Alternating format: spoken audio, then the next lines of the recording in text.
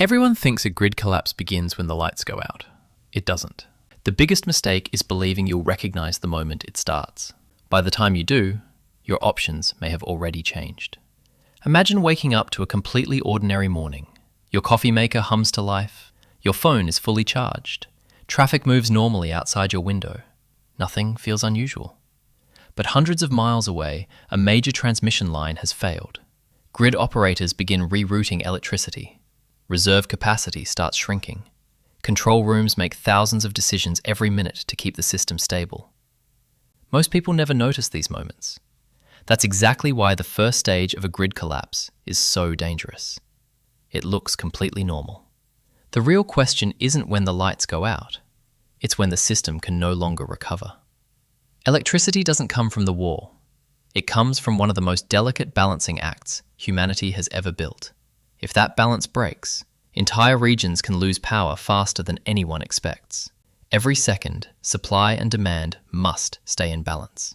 Power plants, transmission lines, substations, and local distribution networks must produce almost exactly the amount of electricity people are using. If that balance shifts too far, automatic protection systems disconnect equipment to prevent serious damage. Ironically, those same safety systems can make a blackout spread farther, not because they've failed, but because they're doing exactly what they were designed to do. That's why major blackouts rarely begin with a single event.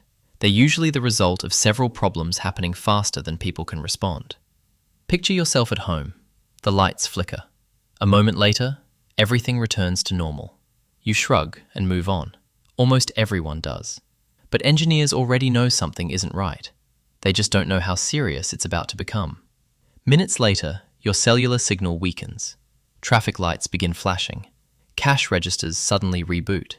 Even then, it doesn't feel like a disaster. This is where most people make their first mistake. They wait for certainty. But certainty rarely arrives during the early stages of an emergency. Preparedness begins by recognizing small warning signs before everyone else does. Hours pass. Grocery stores begin filling with anxious shoppers. The shelves aren't empty because supplies disappeared.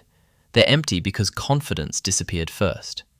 Panic spreads much faster than shortages ever can. As darkness falls, the city begins to change. Without the constant hum of electrical equipment, entire neighborhoods become unusually quiet. Elevators stop. Air conditioners fall silent. Electronic payment systems become unreliable. Emergency services continue operating, but their priorities shift toward life-threatening situations. People who expected immediate help begin to realize something important. Restoration depends on what failed, where it failed, and how widespread the damage is. Some outages last only minutes. Others last days. Knowing the difference matters. Preparing for both matters even more. Here's what surprises many people. Lose electricity, and water treatment begins to slow. Lose clean water, and sanitation quickly becomes a problem. Lose communications, and people begin making decisions with almost no reliable information. That's when small problems become real emergencies. Hospitals prepare extensively for power failures. They have backup generators. But those systems are designed to bridge temporary interruptions. They're not meant to replace the entire electrical grid indefinitely. The grid isn't just another utility.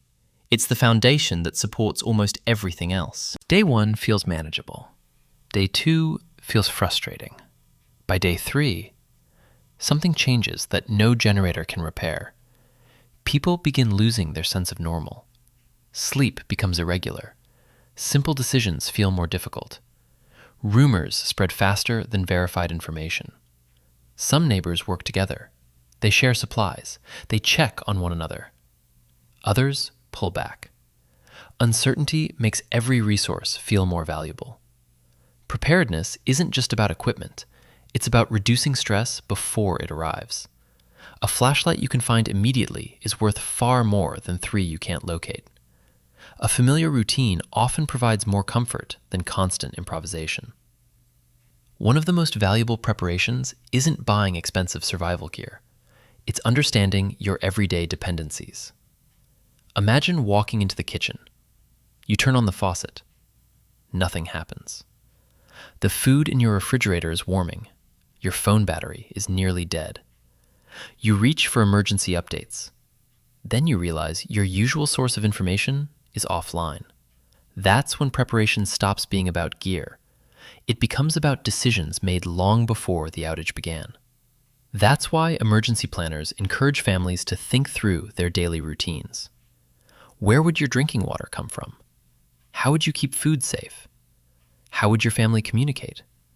How would you find each other if normal communication failed? Preparedness isn't about expecting disaster. It's about reducing unnecessary problems if one occurs. Even small steps can make a meaningful difference. Store clean drinking water. Keep reliable emergency lighting. Maintain a basic first aid kit. Know your local emergency guidance before you need it. Perhaps the biggest misconception about grid collapse is this. People think survival depends on dramatic skills. In reality, resilience usually comes from ordinary habits practiced long before they're needed. Know where your supplies are. Understand your community. Stay informed through reliable sources. Think clearly when others panic. Most emergencies reward preparation far more than fear. The electrical grid is one of the most complex systems ever built. Its reliability depends on constant engineering, maintenance, monitoring, and coordination. When disruptions happen, utility crews and emergency managers work around the clock to restore service safely. The lesson isn't to fear the grid. It's to understand how deeply modern life depends on it. Thoughtful preparation makes unexpected disruptions easier to manage. The biggest mistake isn't believing the grid could fail. It's believing preparation begins after it does. By then, you're no longer preparing. You're adapting. Those are two very different things. Because resilience doesn't begin when the lights go out. It begins long before anyone realizes they might. If this documentary gave you a new perspective on how interconnected modern infrastructure really is, consider subscribing for more evidence-based explorations of emergency preparedness, critical infrastructure, and the science of resilience. And let me know in the comments, what's one everyday convenience you never realized depends on the electrical grid?